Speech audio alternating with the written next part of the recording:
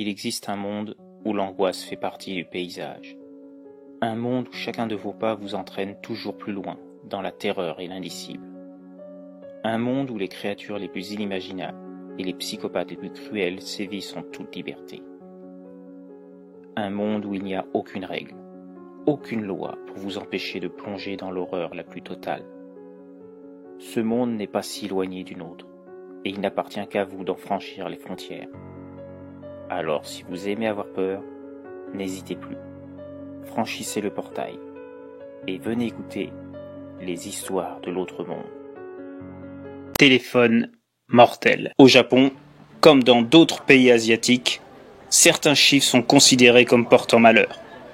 Il est courant de voir dans des hôtels, des hôpitaux, des immeubles, de constater que ceux-ci sont dépourvus de 4e étage.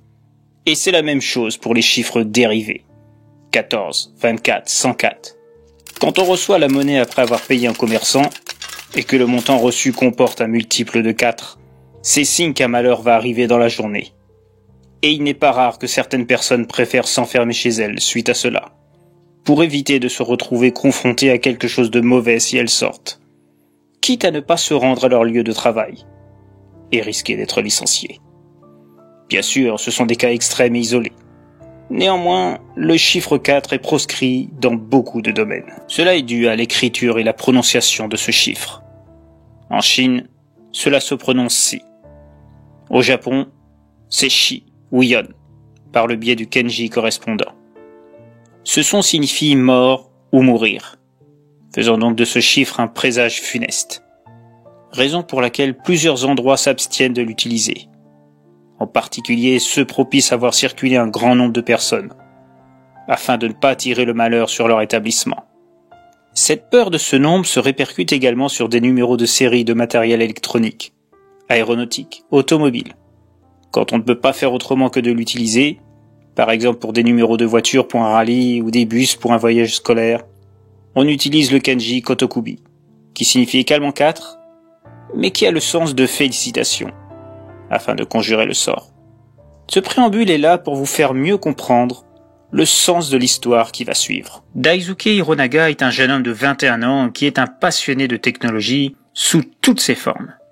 Il passe énormément de temps sur les réseaux sociaux, comme Line, l'équivalent de WhatsApp au Japon, mais aussi Nico Nico, le YouTube japonais, Mobage, application de partage de jeux de développeurs, et Gris, spécialisé dans les jeux mobiles.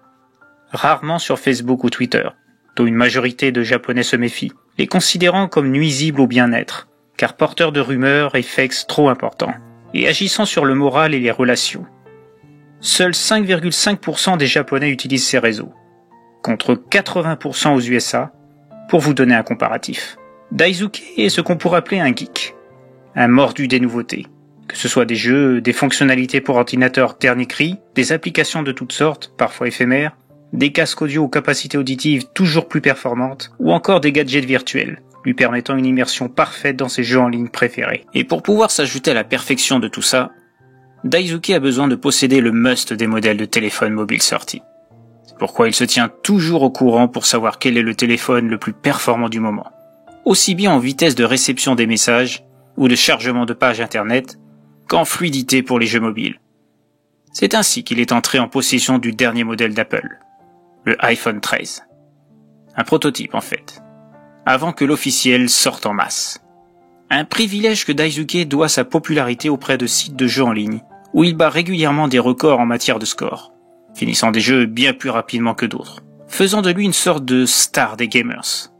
Ce qui lui a valu de se faire approcher par des sociétés voulant bénéficier de sa notoriété pour mettre en avant leurs produits, lors de ses streams sur les réseaux.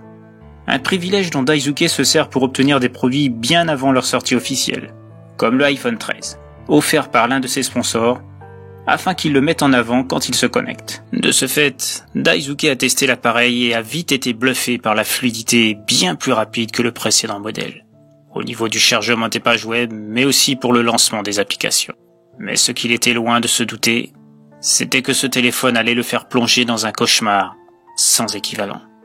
Le jour même de son acquisition, Daisuke s'était empressé de se vanter auprès de ses proches de l'avoir eu bien avant sa sortie, grâce à sa popularité, montrant par le biais de captures vidéo les capacités de son nouveau jouet technologique.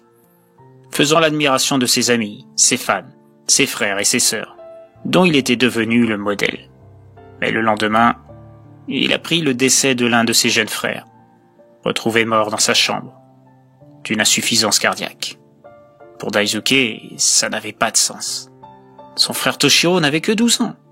Comment aurait-il pu développer un problème cardiaque à son âge sans que le médecin de la famille n'ait pu le détecter? À ce titre, ses parents jugeant responsable ce dernier, ils lui intentèrent un procès qui fit la une des médias. Mais ce ne fut pas le seul cas de mort invraisemblable qui arriva. 2 jours plus tard, Daisuke apprit que sa grande sœur, Midori, avait été retrouvée sans vie dans les vestiaires de son club d'aïkido, dont elle était la championne. Diagnostic: insuffisance cardiaque. Et cette fois, le médecin ne pouvait pas être mis en cause, puisqu'il était sous le coup d'une procédure de radiation de l'ordre des médecins, suite au battage médiatique orchestré par ses parents. Son père étant une personnalité politique importante, cela avait sûrement joué dans la balance. Le lendemain, Daisuke apprenait la mort de 3 de ses amis, et de son oncle d'Osaka. Il adorait son oncle, et sa mort l'avait encore plus affecté. Bien plus que son jeune frère et sa grande sœur, avec qui il n'avait pas vraiment d'affinité, et dont la mort ne l'avait pas perturbé plus que ça.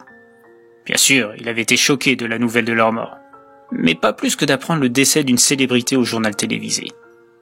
Le lendemain, de nouvelles morts survinrent. Des amis, des fans, des représentants de sponsors, d'autres membres de sa famille. Une vraie hécatombe. Et tous étaient morts d'insuffisance cardiaque. Comme un virus particulier ne touchant que ceux que Daisuke connaissait, et avec qui il avait été en contact ces derniers jours. Depuis qu'il avait obtenu son nouveau téléphone. Au début, Daisuke crut à une mauvaise blague, se croyant plongé dans un mauvais remake de la saga Ringu. Sauf que là, les morts n'attendaient pas 7 jours pour se manifester. Et surtout, Daisuke se rendit compte d'une chose. Tous ceux ayant trouvé la mort, il les avait appelés avec son téléphone quelques heures avant leur décès. Aussi improbable que cela pouvait être, Daisuke était persuadé que cela avait un lien. Est-ce que ce serait l'œuvre d'un autre gamer, jaloux de son succès, étant parvenu d'une manière ou une autre à hacker son téléphone et s'en prenant à ceux qui l'avaient appelé? Une sorte de serial killer d'un nouveau genre, en quelque sorte. C'était ridicule. Comment aurait-il pu connaître les adresses des victimes? Daisuke n'entrait jamais ce genre d'informations sans prendre la peine de protéger ses données avec les meilleurs coffres-forts virtuels, et une protection contre les cyberattaques irréprochable. Même le meilleur des hackers n'aurait pu pénétrer les pare-feux et autres systèmes de sécurité dont bénéficiaient ses différents comptes et son cloud. C'était impossible. Cependant, cette situation l'inquiétait au plus haut point, et lui qui ne pouvait passer une journée sans passer un coup de fil, il n'osait plus appeler personne, de peur de déclencher de nouvelles morts. Mais cette vague de décès devint encore plus inquiétante quand Daisuke découvrit avec stupeur que le simple fait que des personnes cherchaient à l'appeler, même s'il ne répondait pas, se retrouvait dans la liste des victimes quelques heures après. Daisuke ne comprenait plus rien. 8 membres de sa famille étaient déjà décédés, suite à des appels. Pour protéger les autres, il avait envoyé des mails à partir de son PC fixe, leur demandant de ne surtout pas l'appeler sur son téléphone, que c'était une question de vie ou de mort pour eux.